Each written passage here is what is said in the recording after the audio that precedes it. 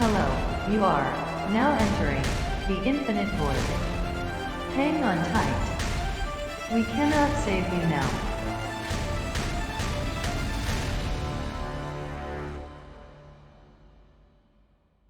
Hello, welcome to this week's episode. I'm your co-host Matty. And I'm your co-host Jacob, and today's episode we are doing our final episode of the Artificial Intelligence series, Part 5, The Future of AI. Yeah, I can't believe we're at the end of the series. We've done this will be our fifth episode. It seems quite sort of recent that we started it, but I can't remember any of it, so it's obviously flown by. Yeah, no, I'd agree with you. It's definitely gone fast, which is weird because it feels like forever now that we've just been talking about AI. Mhm. Do you know what I mean? Like our last 5 episodes have just been on it, so that's been pretty much our whole conversation. But I would agree with you. It's mad how fast it's gone. Yeah, but I think this episode's good. We're probably just gonna ramble on and think about our thoughts of where AI might go in the future. And we've sort of inevitably dipped into it, sort of in all the other episodes, haven't we? Thinking about what fields and areas and technologies it might be involved in. So it'd be good to sort of recap that and wrap it up and give some of our maybe more out there thoughts on it. Yeah, no, I'd agree with you. For anyone listening that is finding us on this episode, we're referencing this whole series, so you've tuned in at the end. So if you want to go and listen to part 1, which is an introduction, or part 2, which is containment, or part 3, which is consciousness, or part 4, which is morals and ethics, go and do those first, because we're probably going to be referencing all of them, like Matty said. So yeah, but for everyone else, hello, and yeah, let's get into it. I think we should probably start with, out of everything we've discussed, Matty, what would you say is going to be the next one to have a breakthrough? So containment, consciousness, and morals and ethics. Looking at those three sort of, I think those are like the big three problems, aren't they? Yeah. So I guess we'll come on to sort of like areas and technologies it might be involved in. But if we think about those three problems that need to be solved, I think probably morals and ethics is the more pressing one, and perhaps even the most important one for day-to-day life. For me personally, I think the the containment one is probably a problem for 25 years from now, once we start to get like super intelligence that is sort of way beyond our capability, trying to contain that. So Yeah. I sort of 25-year timeline on that. The consciousness one, I'd say probably beyond that, maybe to 50 years. And that's just speculation. I really don't know enough about consciousness, and I don't think anyone does to Yeah. sort of say, they might crack it tomorrow for all I know. But it seems like it's definitely the hardest thing to crack, and I'd push that out the furthest. But morals and ethics is interesting because I think it's already here. It's already a problem that we're having to deal with. If you sort of go on the news pretty much every day, there's some story about social media algorithms are doing something weird and people aren't happy. Yeah. Self-driving car has killed someone doing something that we don't understand, and I think it's already here. And over the next 5 years, as it begins to sort of take off and AI really begins to become a technology we use day to day, we're just going to interact with it more, and there will be more cases where we need to think about the ethics of how we're using it. Yeah, no, I'd agree with you. And I think as well, with morals and ethics, you almost want that definitely set in stone, and a broad understanding across like the world really, or everyone that's going to be come in contact with these technologies before you have a breakthrough in either of the others, because you want everybody to understand it at least before we do something that maybe we shouldn't have.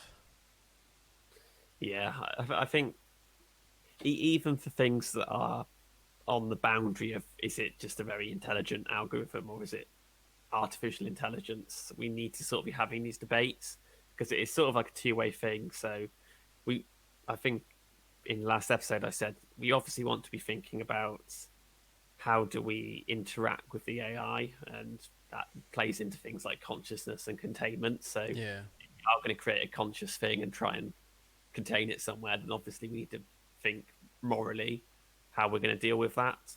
But then going the other way is that as it becomes involved in more areas of our lives, we're going to have to think more about how we let it interact with us, because there's a sort of playoff of it has the potential to do a lot of good, and the more areas that we use it, the more areas it could potentially benefit people. Yeah.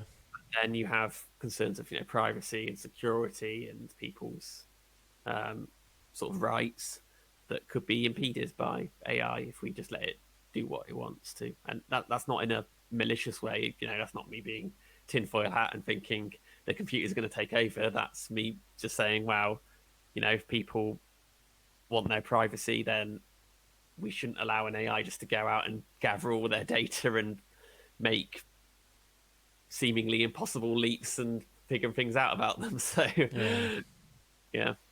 No, I'd agree with you. I from the bit of the research that I did for this week, so I was trying to think of like a way that we could kind of break this down, because obviously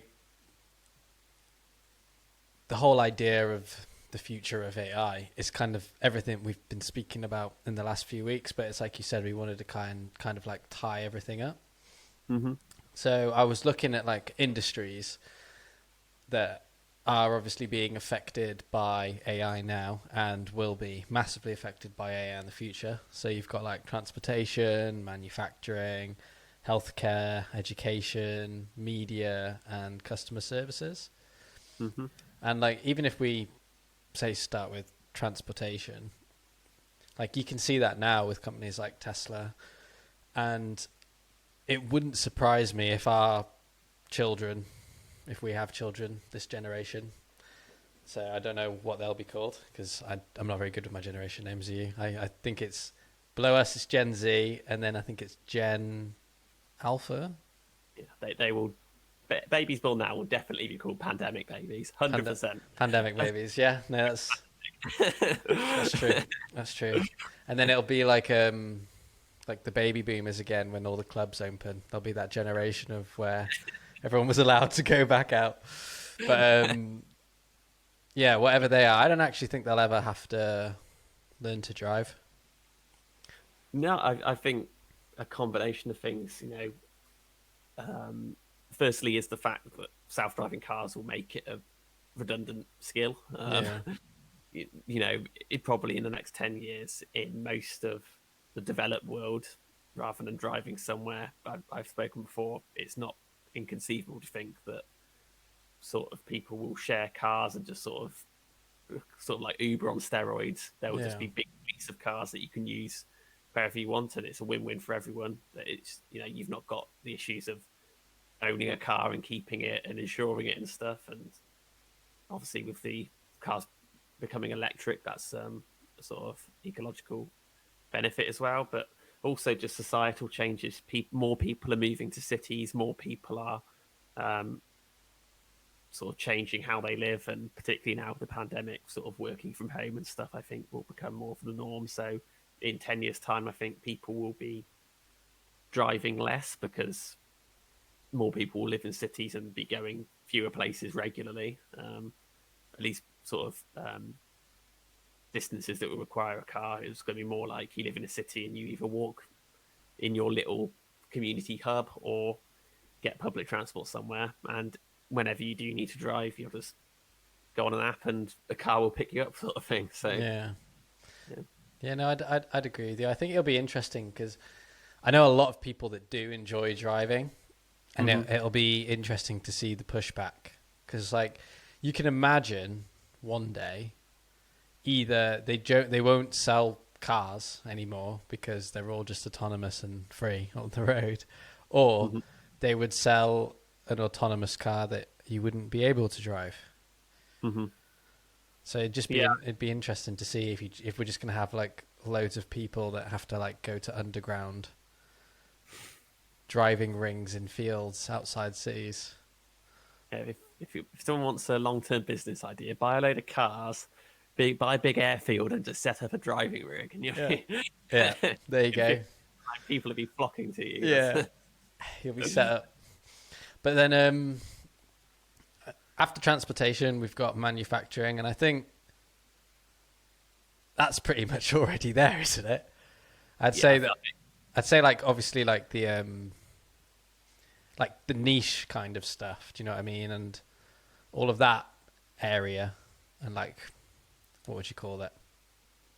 I don't know. So, yes, specialist stuff and luxury goods. Yes, Either things that need to be individually crafted, and things that carry a luxury price tag because they're handmade, obviously. But pretty much everything else, it would make sense to be done that way, and it pretty much is, from my understanding. Obviously, there's a lot of humans that work in like factories and stuff, but on like big things, I'd imagine it is. Mm-hmm. Yeah. I think, to be honest, that again, this is sort of technology and societal changes coming together in that the reason why a lot of us, a significant amount of things in your house will be made by robots. Yeah. A significant amount won't be. And the reason why the stuff that isn't being made by robots is because there's probably cheap labor somewhere in the world that can do it. And as countries, China, obviously, 20 years ago, everything was made in China because it was a comparatively poor country with lots of people to build stuff. Yeah.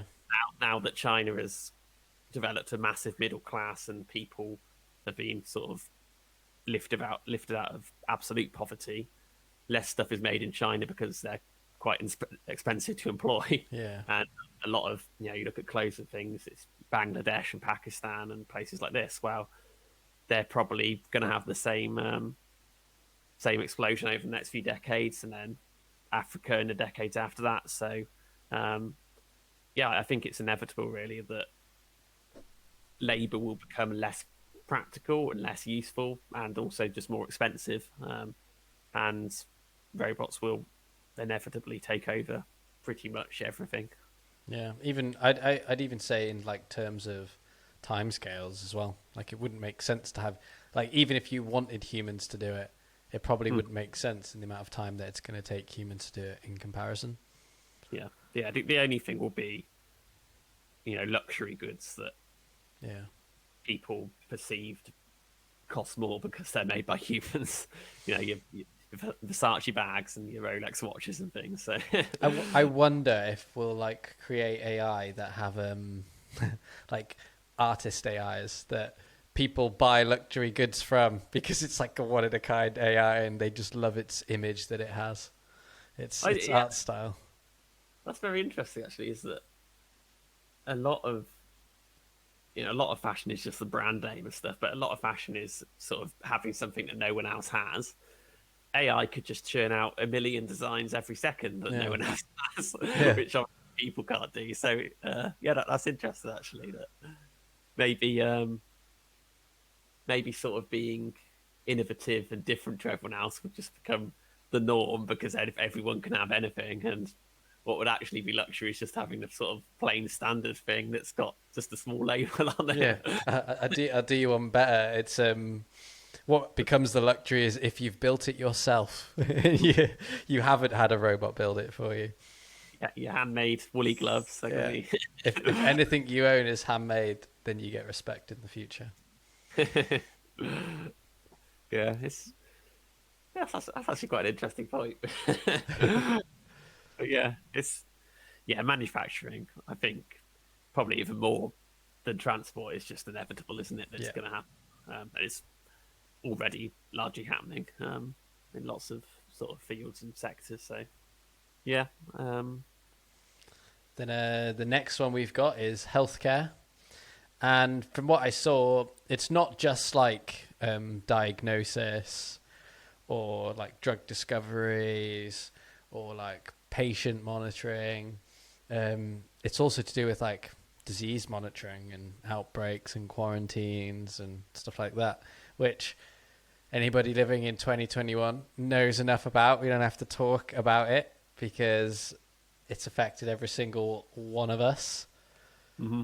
It'd be nice to have something that could do a much faster and successful job, maybe, than people doing it. Yeah, I think there's a sort of side of this that will inevitably be done, and we're seeing with in the UK like the test and trace app and the chaos with the Excel file that was being used to run it. Yeah.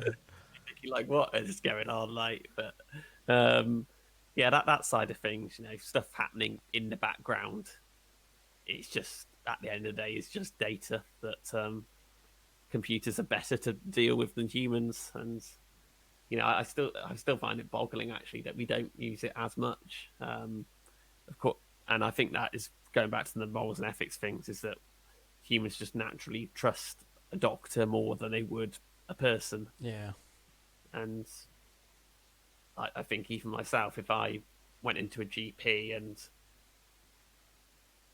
sort of a side-by-side comparison of what I would do in each case of, one is I sit down to a GP with a doctor and sort of describe my symptoms, and they have a bit of a poke and look at me sort of thing, and then they give a diagnosis. And another one where I just stand on the machine, it does some tests, and then outprints a little bit of paper that gives me my diagnosis. I think, even personally, I would be more inclined to go with the doctor's opinion. But yeah, I think it's the morals and ethics, and again, how we perceive robots. And I think healthcare is probably the biggest sector that will have this problem. It's health and well-being is probably the most personal thing that sort of you have about yourself. So I don't know where I saw it, but I swear, weren't they getting really positive results from robots in care homes, like helping old people with like loneliness and stuff? yeah, they were. I do remember that. Like, I think it was care homes with dementia and Alzheimer's patients. Yeah. Yeah, it definitely rings a bell, and I can't remember what the reason was for it, but it was a weird one. I think it was just the fact that, unlike having a nurse, they could just have someone there all the time that would just talk to them, sort of thing. Yeah, because a lot of the problems in social care are, loneliness and isolation and things. So, yeah. It makes sense. I used to think when bit of a random tangent, but I used to think when I was a kid that if you were ever going to do space travel, like interstellar space travel, it would make sense to have a robot on board because you're not going to go crazy. You got someone to like ground you, and You're gonna bring a C-3PO. yeah, and like I guess it makes sense in like care homes and stuff because you can just like put something in the room with them that's going to keep them company whenever they need it, like 24/7, and that probably does quite a lot for your well-being if you're lonely. Especially, imagine like as well, like if you didn't have any family and you were living there too. Yeah, definitely. It'd be good. I think with all sort of health and social care, it'd be a bit more nuanced though, because I think a lot of people, if they went to like visit their nan in a care home and found out that she was being just sort of sat in a room all day talking to a robot with nobody else regularly coming to check on her, that would also be a concern. So. Yeah. Did you ever see those cows that they put VR headsets on? Do you remember this? Right? Imagine that, but in a healthcare home, you like go and see your nan, and she's like on a running machine with a VR headset on, and they've like created this world that she thinks she's on holiday for 2 weeks, but you just got her in a healthcare, like in a care home. Isn't that a film? I swear that's a film. Like you go and you like upload yourself. I don't know. Oh yeah, it's definitely been. And there was a Black Mirror episode as well, wasn't there, on it? With like the afterlife-y kind of thing in that club. But yeah, it's definitely been done in a lot of sort of sci-fi stuff. But again, morals and ethics, is that right? Is it right that people just live out their lives in a fake universe?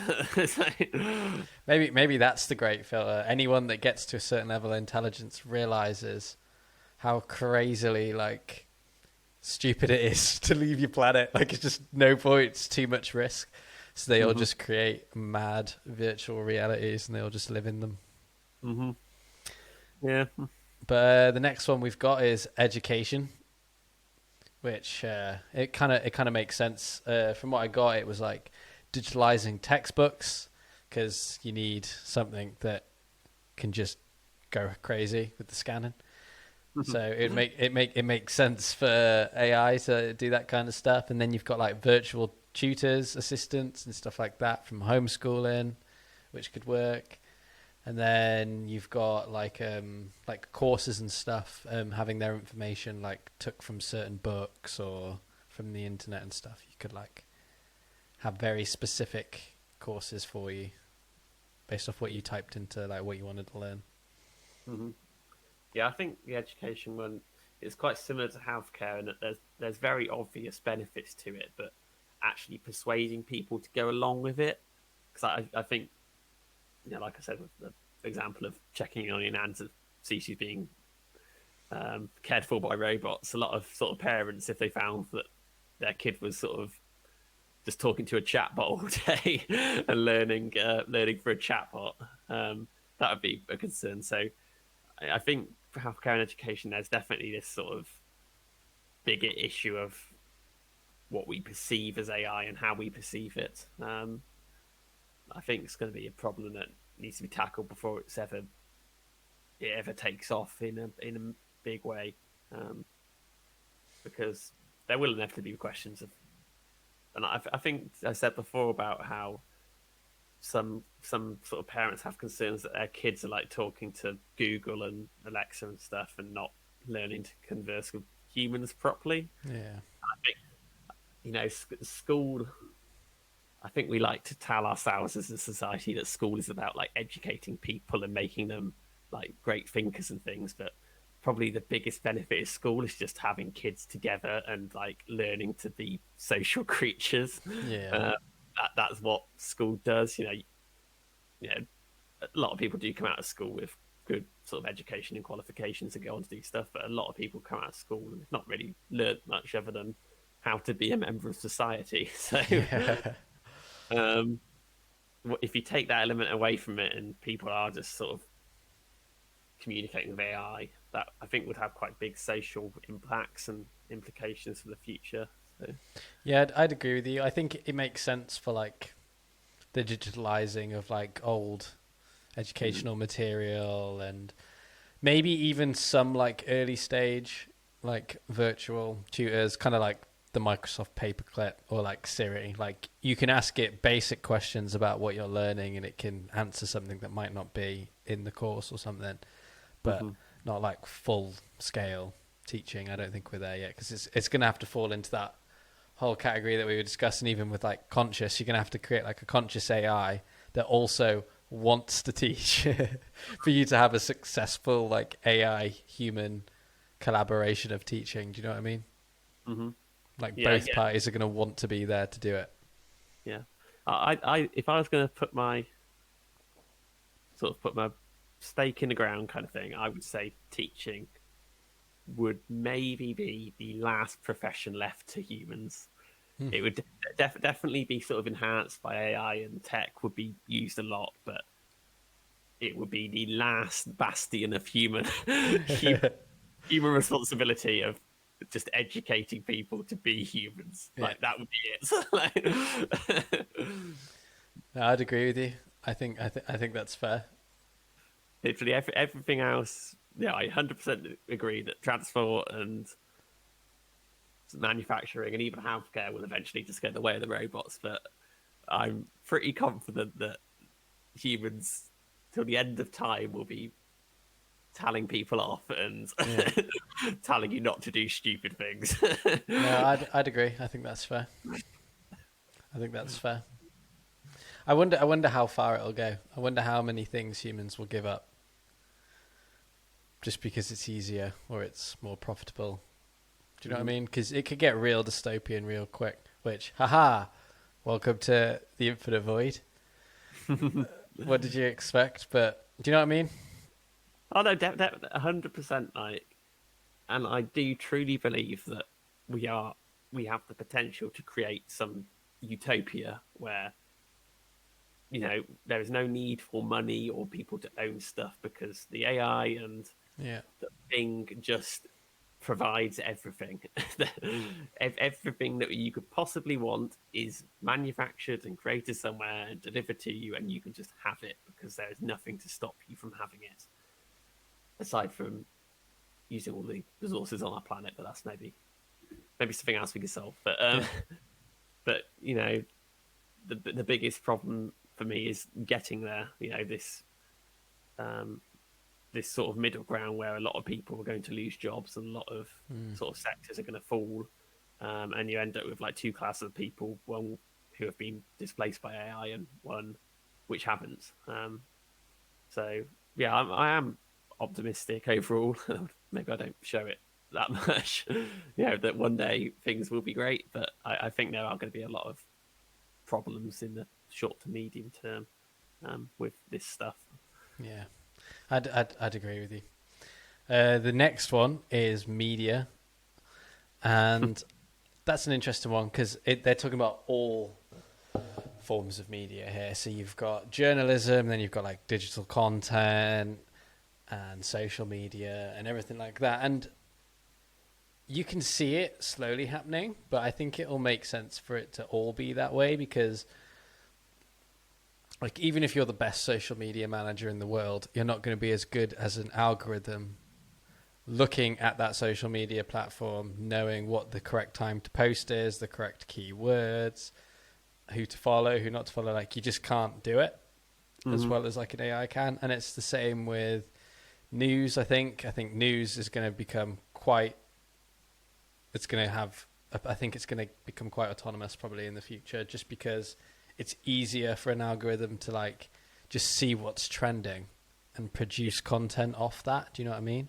Which is unfortunate because I think journalism, it's one of those things, like good journalism is like one of those things that I think humans do very well. And it's something that we love doing and we've done since we sat around campfires when we were hunters. Do you know what I mean? We just love telling each other stories and drama. It's like the thing that we enjoy doing. But I do think like across like digital platforms and like the tech that you use, if you like get your news from that, it'll probably be majority done by robots in the future or algorithms. Yeah, a lot of online media, text media, is already done by algorithms and is already done by AI. And there are studies that show humans cannot tell the difference. Yeah. I think a lot of people still think that it's a way off, and when it comes to it, the AI will be writing sort of janky articles that just look rubbish, and we can immediately tell. But there are studies, and it's already happening, that AI can produce news articles that are as good as humans, and no one can tell the difference, and it's already a thing. So yeah, it's definitely going to happen. And in some ways, particularly with like digital media, people always, and you can already see it happening in certain things.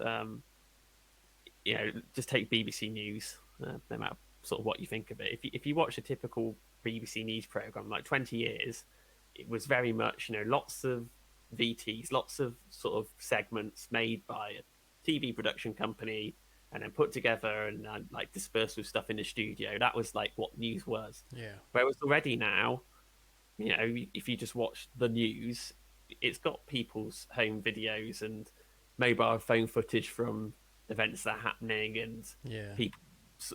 people's comments that they've made on social media and responses that they've put on Twitter and things. So it's already happening, and it's again just a data problem. They always say that the best camera is the camera you have with you when something happens, don't they? Like when like a natural disaster happens, the best footage isn't a TV camera that's rocked at 30 minutes after. It's someone's shaky mobile phone footage that was literally there.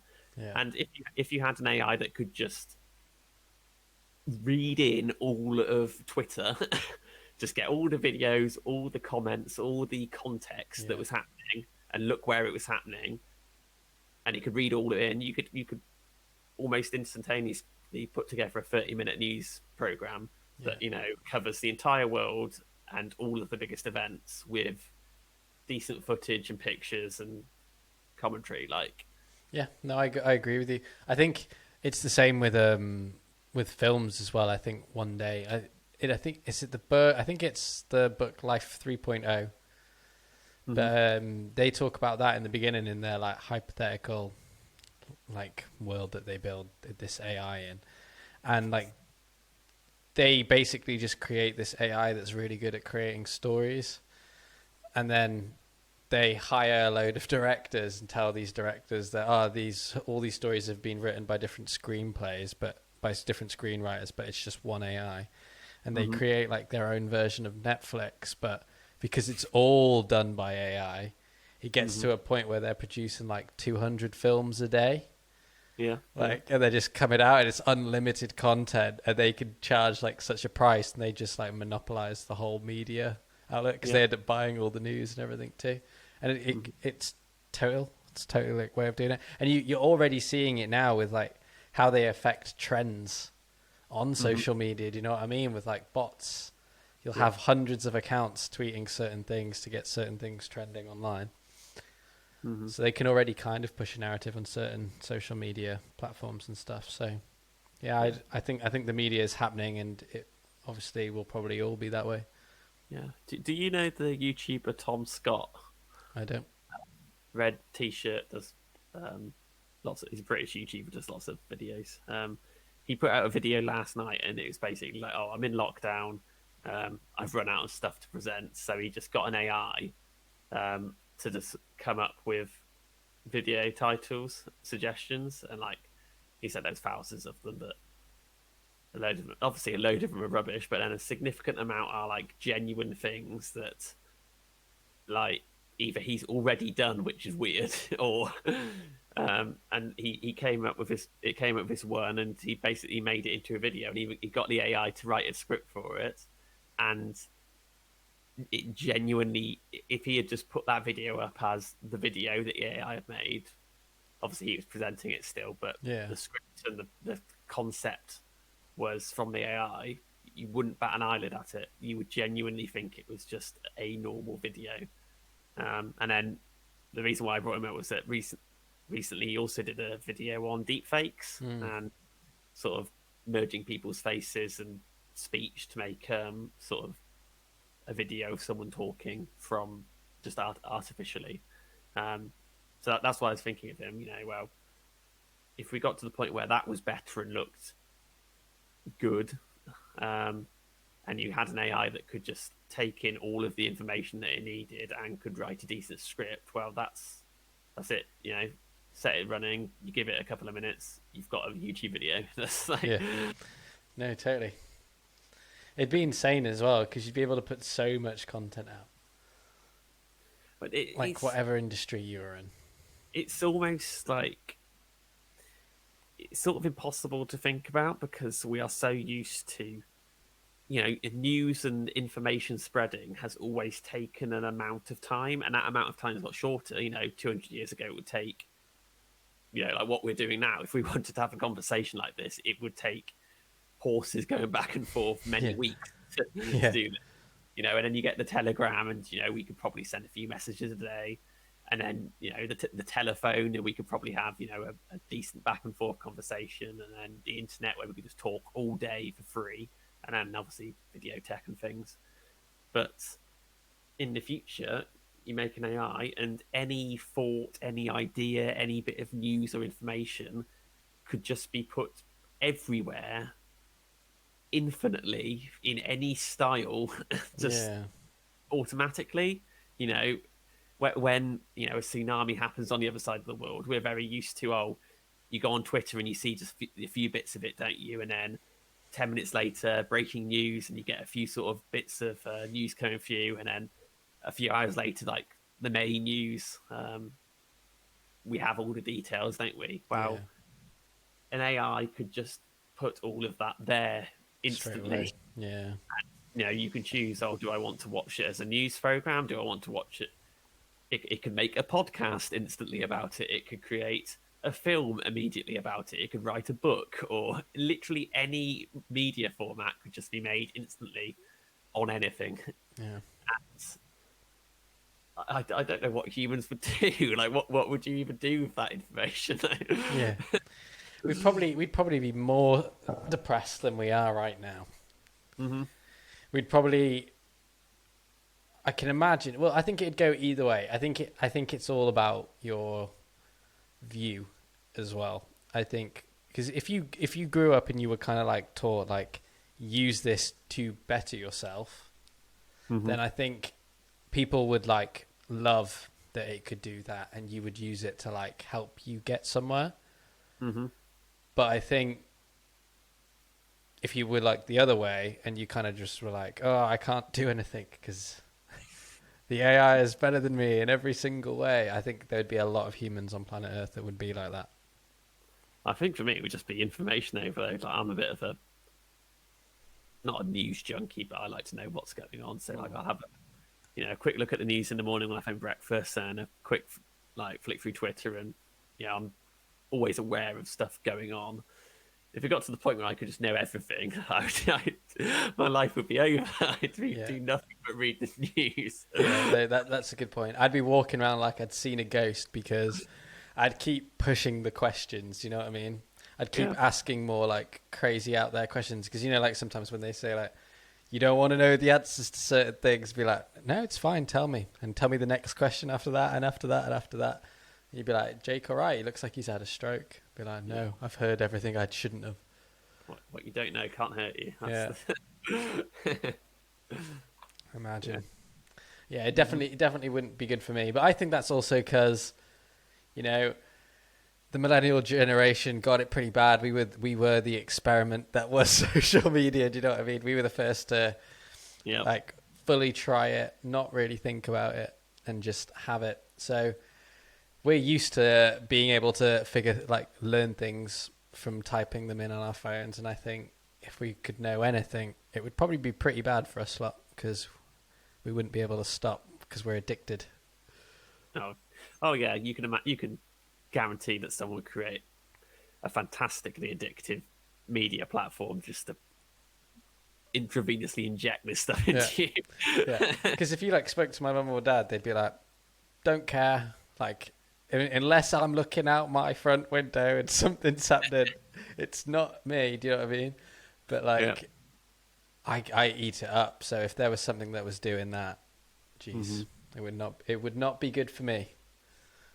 Just out of curiosity, are you on TikTok at all? I am not. I had an account for a week because I was putting up some iPad drawings once because I got bored, but I'm not. My girlfriend loves TikTok, so I see all of the TikToks. Yeah, but I don't have one. It's some sort of conspiracy just to ruin humanity because it is so addictive, and I think this actually, well, we're on the topic of AI, the algorithms, if I look at my social medias, Facebook is just junk. I go on there and it's just full of junk and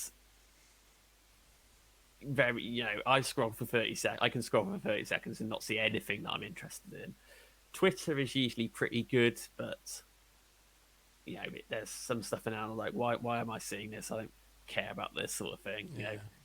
Someone I know has commented on something like, why are you showing me this? I don't care.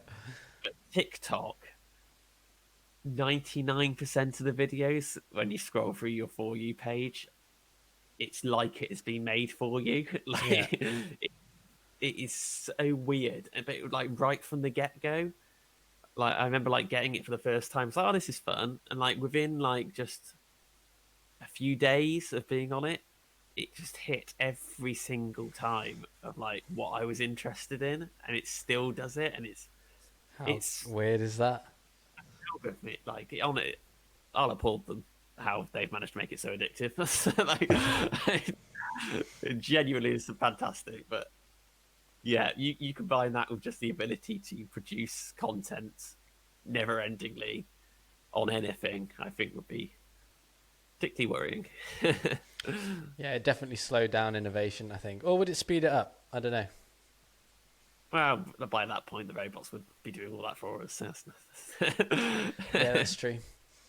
That's true. And then the final one was customer services. So, like, everything from shops, appointments, phone assistants, computer assistants, and you can already see this happening right now with like Google Assistant. Like we've spoken about this loads, when it like can book your hair appointment for you and the person doesn't even know it's a robot.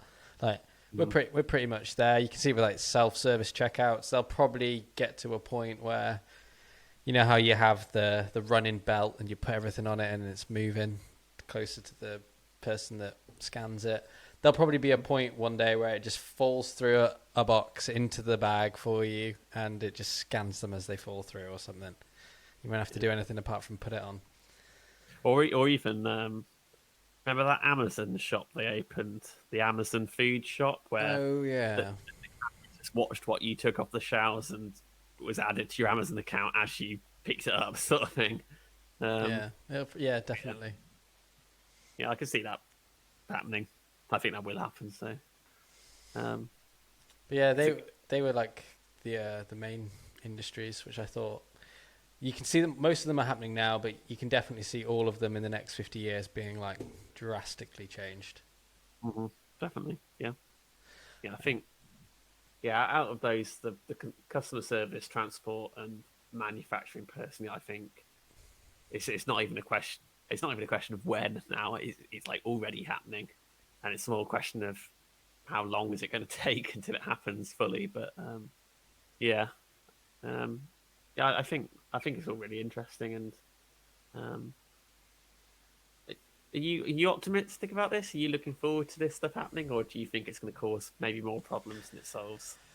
I don't know. When I was more like naive and I wouldn't really think about it, I would be one of those people that would be like, you know, I'm not going to worry about the future because we'll invent something that fixes it. Technology is the answer to everything.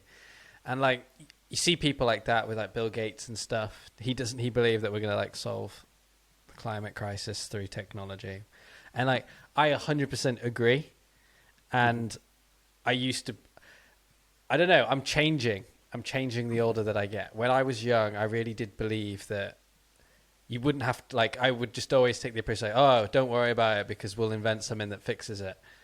But like the older that I'm getting, I'm seeing that, yes, that is true. We definitely have the capability to invent things to fix things, but the world doesn't work like that and the funding isn't there for it. And just because we can doesn't mean we will. And I don't know if that's just me getting old and getting twisted and like be like, you know, like the guy in is it Planet of the Apes at the end when he's like, you did it, and he's like crying on the sand kind of thing, and like it's all gone. Like I feel like that sometimes. So Yeah. I don't know. I have a lot of faith, and part of me just kind of hopes one day that someone really, really, really, really, really, really intelligent that has gone through all these processes correctly just releases it and sorts everything out. But who knows? Who knows? Part of me, I honestly don't know. I don't think it'll be bad. I don't think we'll ever create anything and it'll go like Terminator style or it'll collapse society or anything. I feel like I'll give the human race a little bit of credit in that aspect. I don't think we would do that, but I don't know if it's going to solve everything. Do you know what I mean? Yeah, I think that's fair. It feels like we're at a sort of pinch point, aren't we, as a species at the moment, of everything going on.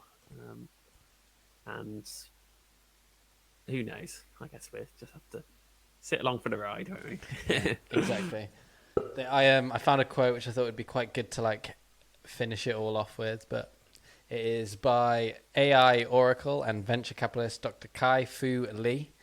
And he basically said that artificial intelligence is going to change the world more than anything in the history of mankind, even more than electricity.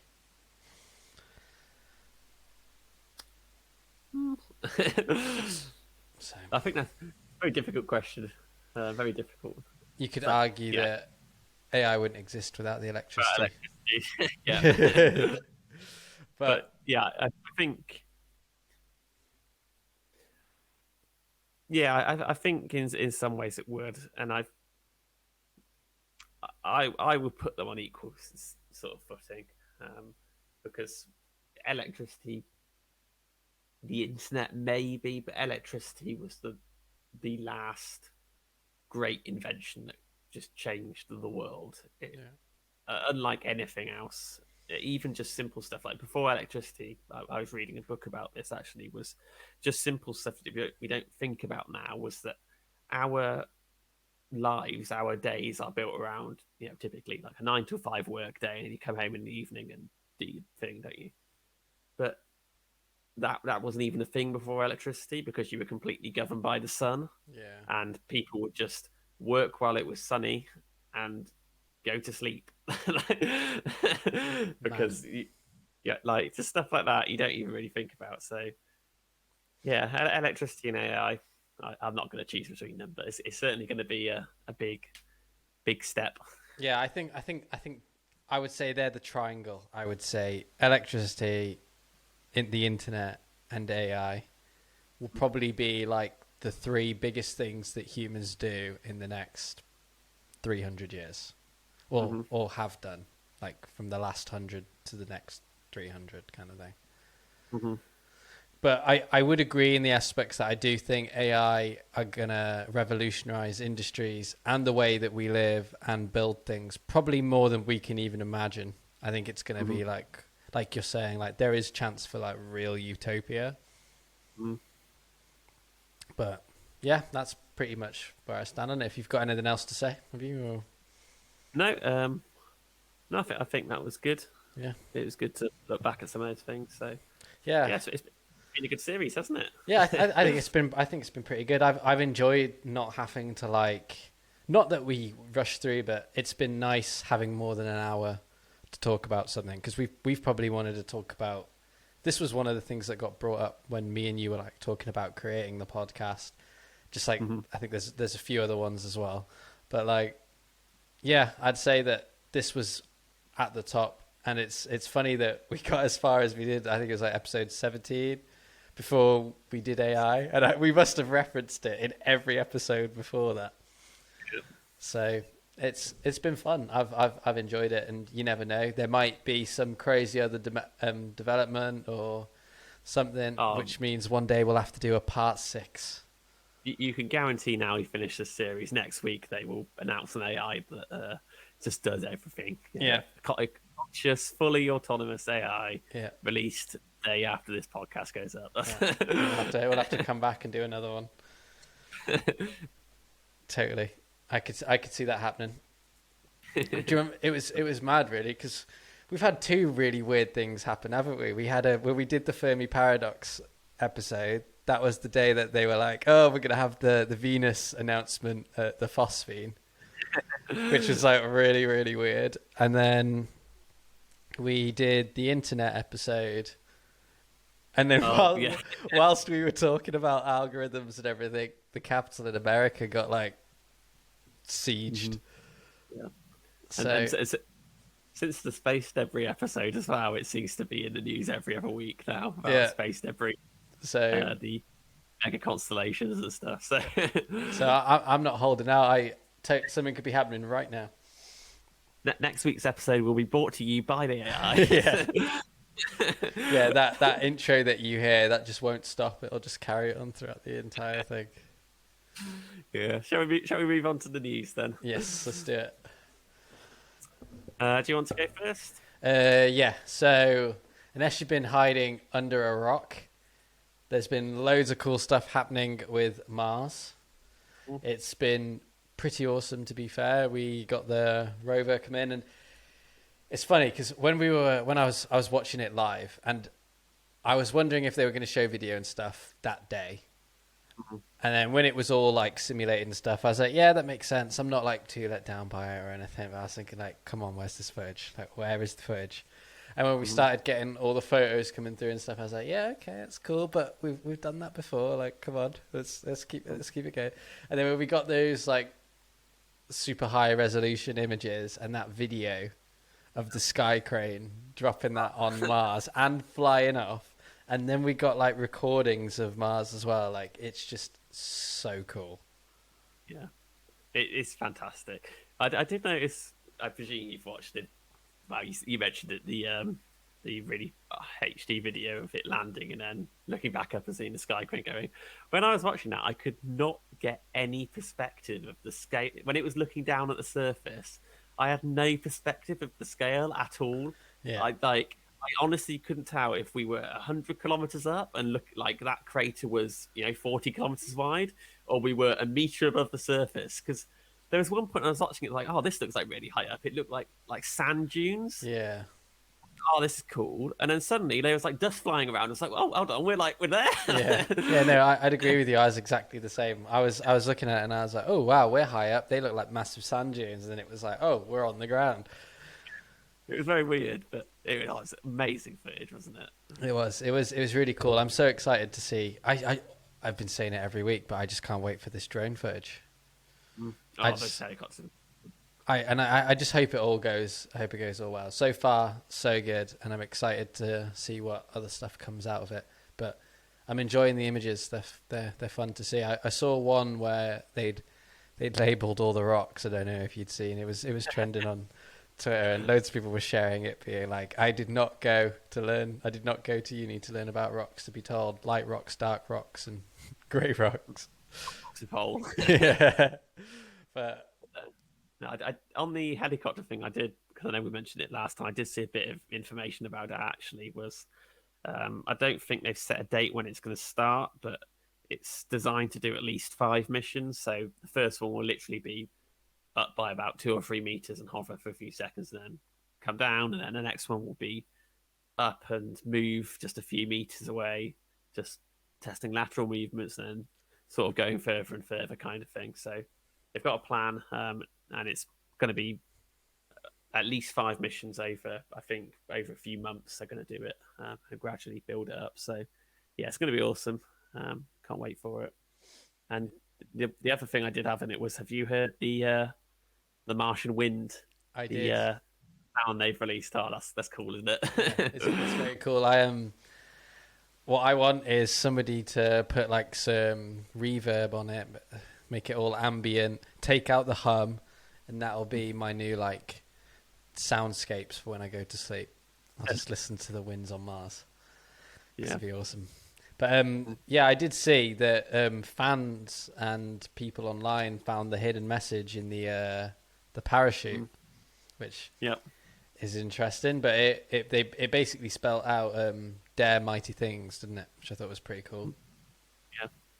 Yeah, in the red and white sort of stripes of the parachute, wasn't it? It was coded in there. But yeah, it was cool. I think the whole thing was just amazing, and it was odd because it didn't seem. Maybe I just live in a bubble, but it didn't seem to get like massive media attention. No, that like something like the moon landings had. But like it was on like at Piccadilly Circus on big screens, and like Times Square was lit up and things, and it felt like we were back in like the golden age of the space race with like what was going on, and everyone sort of watching it and holding their breath a bit. Yeah, I think I just can't wait to get people on there now. I agree. Get someone on Mars, get someone back, or even the moon. Just get someone on something. Planet. Yeah, that's what I want to see. But my next bit of news is they've announced the next person to be going on this Inspiration 4 launch. So I don't know if we mentioned this, but basically there's like this civilian flight that's going to be taking place where they're going to send 4 people to space. I think it's 3 civilians and 1 astronaut, isn't it? Or is it? It might be 4 civilians and 1 astronaut. Yeah, something like that. But I think you've got people that are like survivors of illnesses, then you've got like a social media influencer, and then two other people. I'm not actually sure. The background to this was there was these four or three, I think it's four spaces on this flight, and some millionaire or billionaire bought them all, and has like made it into like this project, the Inspiration 4 thing. So yeah, I think what he's doing is he's giving like spaces away as like a theme. So one of them is, like you said, like an influencer, and one of them is an entrepreneur, I think. So sort of encapsulating entrepreneurial stuff, which is what I actually thought about. I saw today they've announced the panel that's going to judge that one, and it involves the CEO of Salesforce and Mark Roper is going to be judging that. So that's one of them. But then you've got this story about one of the other people that's been chosen for it, haven't you? Yeah, so we've got I can't actually. I don't know how to actually pronounce the second name. I've been trying. You have a go and I have a go. Acrone. I just said Arseno. Okay. But okay. Well, Haley, we're on first name basis over here. So Haley, a cancer survivor, has been chosen as the youngest person to travel to space, and she's 29. She's going to be joining the mission, and she's got a prosthetic knee and thigh bone, and she's going to be the first all-civilian mission orbit around Earth, which is just insane. I was thinking about this. They're going in the Dragon capsule, aren't they? So this isn't even fun. This could be terrifying. Do you know what I mean? You're being launched into space in a capsule orbiting the Earth and then coming crashing in. I'm assuming you're going to land in the sea, right? This won't be it won't be pleasant. It's going to be pretty rough. Like I'm pretty sure when they launch, they like peak at about 6G or something. It's pretty brutal. But yeah, it looks amazing, and I'd love to do it. Yeah, I've been seeing all the people on like Twitter, like doing why you should vote for them, and there are some cool ones, but yeah, it's awesome. I just really want to go to space. One day. But the last bit of news that I've got is the China's Mars craft has entered its parking orbit before it descends its lander rover, because the Tianwen-1 spacecraft it's got its own rover, which I didn't know. So that's pretty cool. It's going to be. It's got like cool. Spider legs on it, which looks pretty interesting, and it's got its Mars lander as well. Yep. So it's just Mars at the moment. Yeah, everything's Mars. Yeah. This thing I didn't know how to include a rover on it, but I think it's going to be some months yet until they try the Chinese one tries to land. It's basically being parked there, and they're going to do some tests in the in orbit. So before because it's still quite difficult to land on Mars. I saw only 40% of landers have actually managed to pull it off. Yeah, it's not great. Yeah, I think it's really cool. But yeah, that's pretty much it for me on my news. I think you've got something else, haven't you? Yeah, so my one, just a bit of tech news, was on because we discussed it recently about Facebook becoming all powerful and unstoppable. About Facebook and Google actually in Australia. Have you seen anything about this news story? Yes, I have. It's a bit of a crazy battle between the Australian government, right, and Facebook. Yeah, they for a little while they've been head to head over this issue of sort of news and what Facebook can show and what it owes people for that content.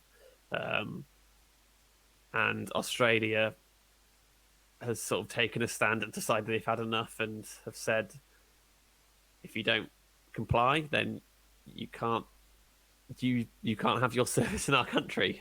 So last week, I think it was basically this latest one was Australia said that Google and Facebook will have to pay media companies to have their news on their platform. Yeah. And I don't know how it works at the moment, but essentially, if when you go onto Google, there's a news story, Google will have to pay the media company to have that news story there, because Australia is arguing that, well, by having that news story there, it's enhancing your service and making your service what it is. People will go on to Facebook and Google and will look at the news. Yeah. So you should pay news companies to produce that.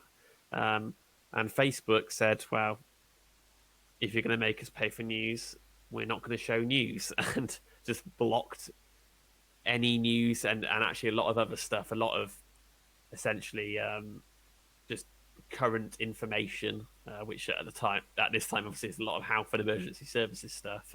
Basically said, okay, then if you're going to make us pay to show it, we're not going to show it, and just didn't show it. So, as I understand it, Facebook for the last week in Australia looked pretty bare. But I think today or yesterday they've come to some agreement, and it's now back, and it looks like Facebook.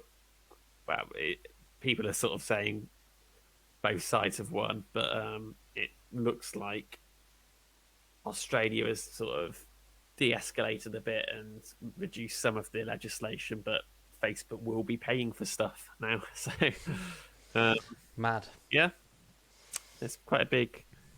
I think what's interesting about it is it will probably set a precedent for other companies, other countries to do similar stuff, and because it does seem like the big tech companies can do what they like, and most countries don't like to kick at them too much. So Yeah. I think it will probably set a bit of a precedent in the next probably months and years about what these companies can do. Yeah, I'd agree with you. I think that's it for our news, isn't it? Yeah, that's all I had. So yeah, thank you everyone for listening. If you made it all the way from part 1 to part 5, congratulations. You get a virtual Infinite Void AI series sticker. Maybe one day we'll have a shop or something. But yeah, congratulations. Give yourself a clap and a pat on the back. I think that's way over 5 hours of me and Matty talking about it. So if you're feeling optimistic by the end of it, good for you. But yeah, I've really enjoyed it. I thought it's been really fun. It's mad that we've done it so quickly. But I think for the next couple of episodes, we're either aiming to have some people on, or we're gonna have some more light-hearted topics, and we're gonna get some more suggestions online of what the next series is gonna be, and then I think we're aiming to do another one. So that'll be fun. And yeah, if you've enjoyed this, make sure you give it a thumbs up if you're watching on YouTube, and if you're listening on whatever you listen to your podcasts on, give us a good rating, or subscribe to us, or download us on all your devices. Whatever helps us get in the charts, it's always helpful. And yeah, if you want to drop us an email, you can drop us an email at the Infinite Void podcast at gmail.com. And if you want to hit us up on social medias, it's Infinite Void Pod on Twitter and Instagram.